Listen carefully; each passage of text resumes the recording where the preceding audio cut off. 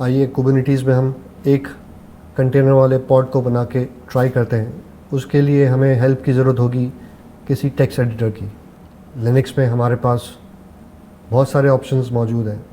या तो आप चाहें लिनक्स के बेसिक टेक्स्ट एडिटर यानी नैनो या विम को यूज़ करते हुए लिख लें, या आप चाहें तो आपके पास GUI बेस्ड अगर कोई टेक्स्ट एडिटर है, नोटपैड या विजुअल स्टूडियो कोड वगैरह, उसके थ्रू भी आप कॉन्फ़िगरेशन फ़ाइल को यानी YAML फ़ाइल को बना सकते हैं और अपनी कॉन्फ़िगरेशन लिख सकते हैं।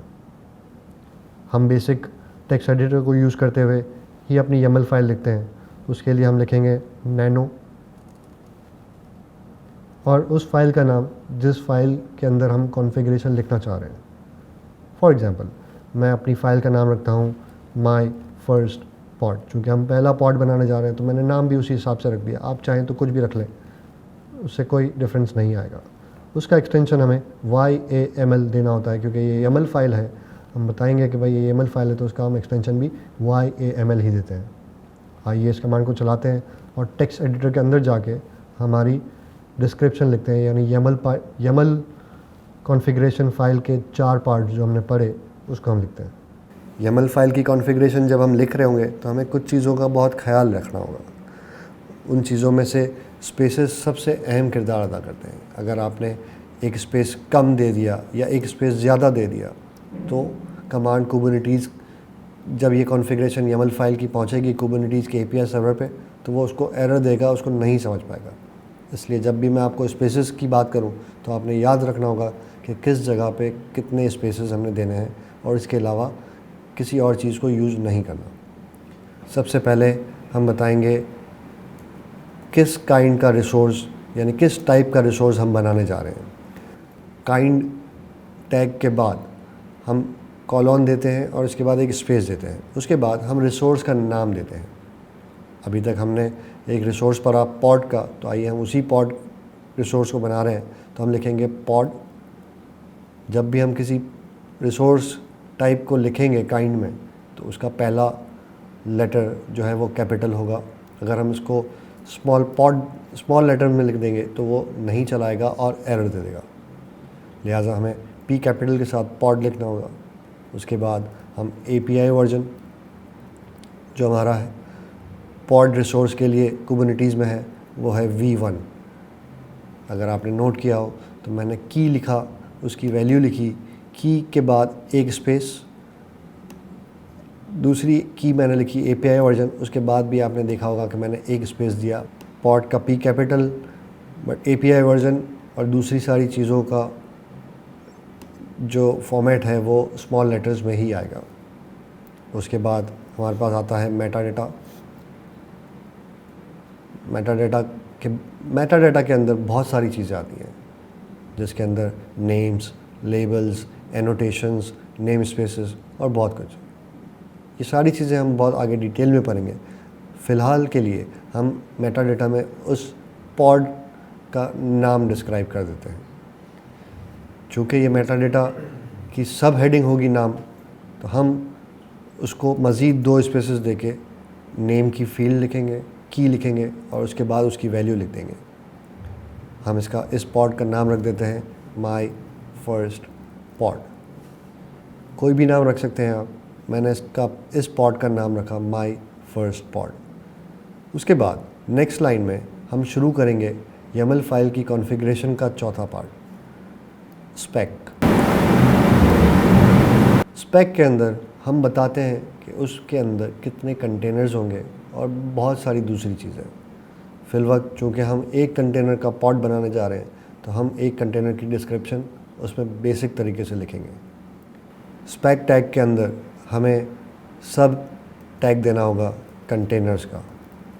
चूँकि एक से ज़्यादा कंटेनर हो सकते हैं तो हमने कंटेनर्स ही लिखना होता है यहाँ पर। YAML कॉन्फ़िगरेशन फ़ाइल के अंदर जब भी हम किसी भी ऐसे मरहले में जाएंगे जहाँ पे एक से ज़्यादा चीज़ों को हम डिस्क्राइब कर सकते हैं तो उसके लिए हमें बताना होता है उसका स्टार्टिंग पॉइंट डैश के साथ, जिसको वो इंडेक्स भी कहता है, जिसको वो एरे भी कहता है। चूँकि कंटेनर्स एक से ज़्यादा हो सकते हैं तो हम 2 स्पेसेस के बाद एक डैश देंगे, फिर एक स्पेस देंगे और फिर उस कंटेनर की डिटेल देंगे।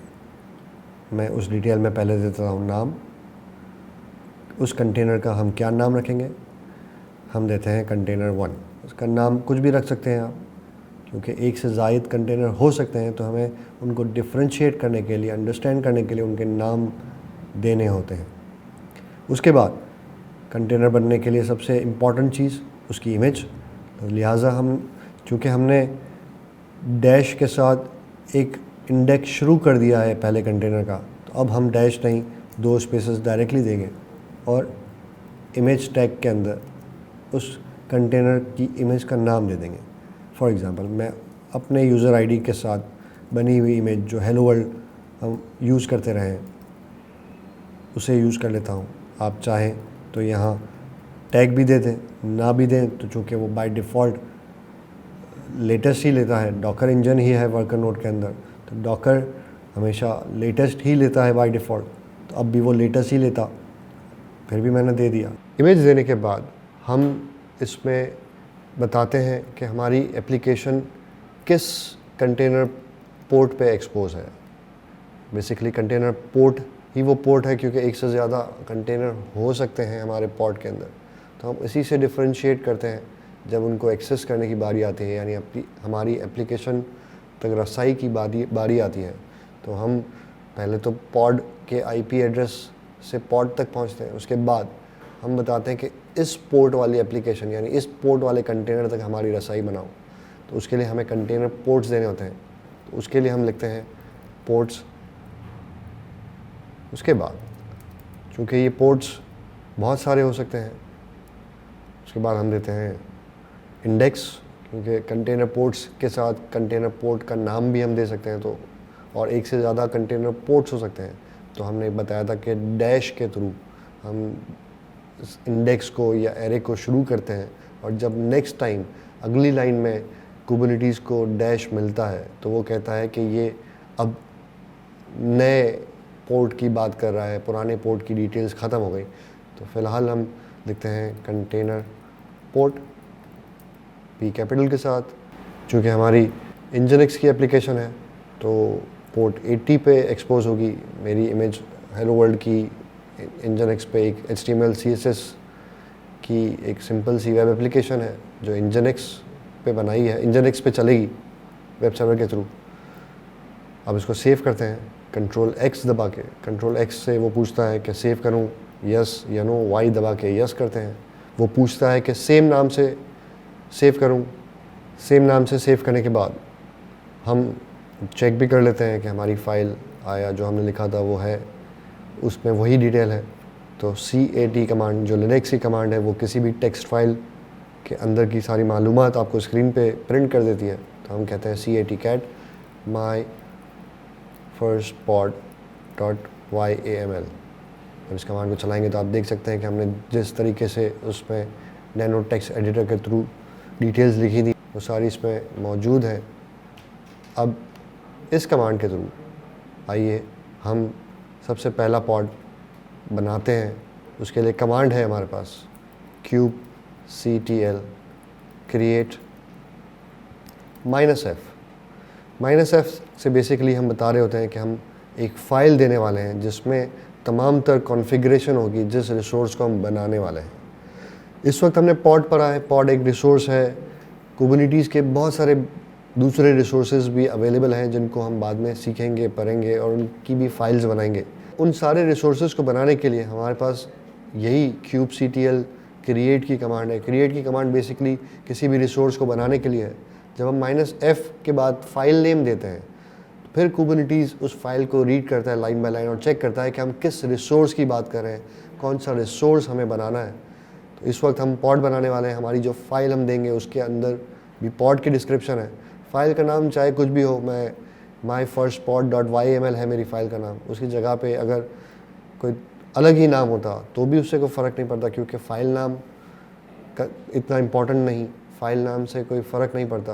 पीछे जो उसके अंदर डिस्क्रिप्शंस हैं, जो हमने टैग्स की वैल्यूज़ दी हैं, उसके बेस पे कुबरनेटिस डिसीजन लेता है कि पॉड बनना है या कोई और डिसीजन और रिसोर्स बनना है। तो आइए हम फाइल का नाम देते हैं myfirstpod.yaml। ये हमारी फ़ाइल का नाम है। जब मैं इस फाइल को इस कमांड को एग्जीक्यूट करूँगा तो मुझे मेरी स्क्रीन पे कंफर्मेशन मिलेगी कि pod my first pod created.